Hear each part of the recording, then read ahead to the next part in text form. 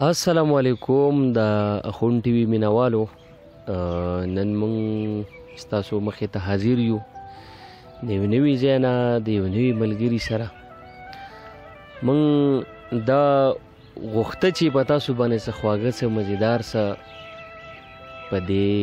اوسني چې کوم حالات دي ځکه د کورونو نه واته نه کېږي نو موږ په تاسو باندې واورو. لږ ټایم به هم په تاسو باندې پاس شي، خوشحاله به هم شئ. او زمونږ یو نوی ملګری نن زموږ سره عبدالله ساګر صاحب ناست دی، د دوی نه به څه خواږه څه اورو. الطاف جي هم زموږ سره دی. الطاف جي به هم موږ سره څه لږې خوږې خوږې خبرې کوي، خو اول د عبدالله صاحب نه څه اورو، د هغې نه بعد به بیا د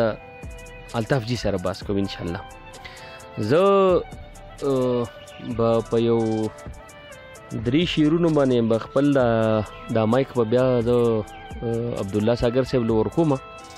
عبدالله ساګر صاحب خپل تعارف هم کوي، بیا به دې څه کلام اورو او د هغې نه بعد به بیا عبدالله صاحب وایي چې دا غرض مې خپل د نفس په سر راواخلي. الطاف صاحب دا غرض مې خپل د نفس په سر راواخلي، زرد و کشم ناپوهه شان انسانم او پاڼې وغورځوي مینه مې ګوګل کې، بیا په مثل یو د انس نه یم شیطانم او بس اخونه زه په دار د دې نه خوم، بس اخونه زه په دار له دې نه خوم، ژوند مې نه دی سم کیوتی په زندان یم. عبدالله ساګر صاحب واورئ، غوږونه ورته کېدئ. اعوذ بالله من الشیطان الرجیم، بسم الله الرحمن الرحیم. د ټولو نه مخکې زه د اخون ټي وي د ابرار احمد اخون صاحب او ورسره د الطاف جي ډېر شکریا ادا کوم چې په دې حالاتو کې د کور نه څوک راوتی نه شي او د مونږ له مقرره کړه.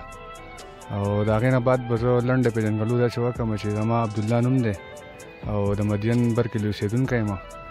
او تخلص چې مې دی هغه ساګر دی او د سیکنډ ایئر سټوډنټ یم او د مدین ادبي ټولنې غړی هم یم د دې سره سره. او اوس یو غزل دی جواب درته ډالۍ کړمه. ارشاد وایي دلته کې هم هره لار ازغونه و چې تلمه، دلته کې هم هره لار ازغونه و چې تلمه، هلته کې هم دغه شان هر وخت جړېدمه، او دا خو د یو وخت پورې روان وم او تلمه، دا خو د یو وخت پورې روان وم او تلمه، ځکه خو په شان د یوې شمې سوځېدمه، او تل به زه روان وم په دغه شاړو کوڅو کې، تل به زه روان وم په دې شاړو کوڅو کې، اخر کې به په ځان پورې اشنا به خندېدمه، او روان وم په لار د محبت کې یک تنها وم، روان وم په لار د محبت کې یک تنها وم، اکثر به د یو ښکلې یارانې ته پسخېدمه، او ساګره دا خو دغه شان یوازې زندګي وه، ساګره دا خو دغه شان یوازې زندګي وه، ساګره چې مدام به زه یوازې جړېدمه. شعر راته رایاد شو د یو مشر کس شعر دی، وایي داسې به څوک نه و چې ماتې ستا تپوس ونه کو، داسې به څوک نه و چې ماتې ستا تپوس ونه کو، خفه په دې یم چې تا هم زما تپوس ونه کو، او د زندګۍ مې همسفر وې که د لارې مل وې، د زندګۍ مې همسفر وې که د لارې مل وې، چې لاړې لاړې جو بیخي دې بیا تپوس ونه کو.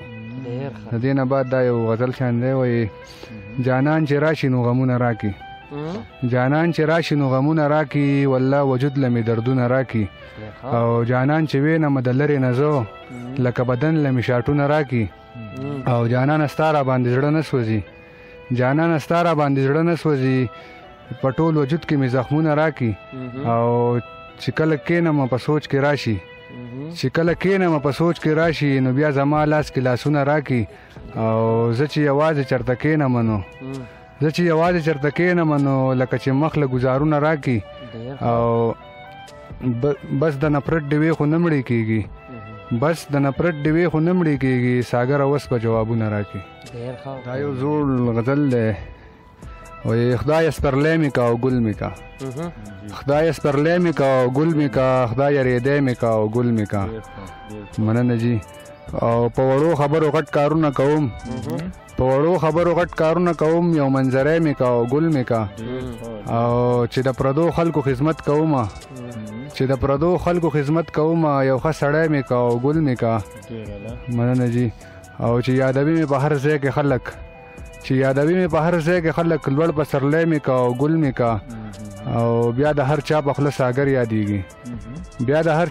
ساګر یادېږي ځواني مرګی مې کا او ګل مې کا. مهرباني دا عبدالله ساګر صاحب تاسو واورېدو.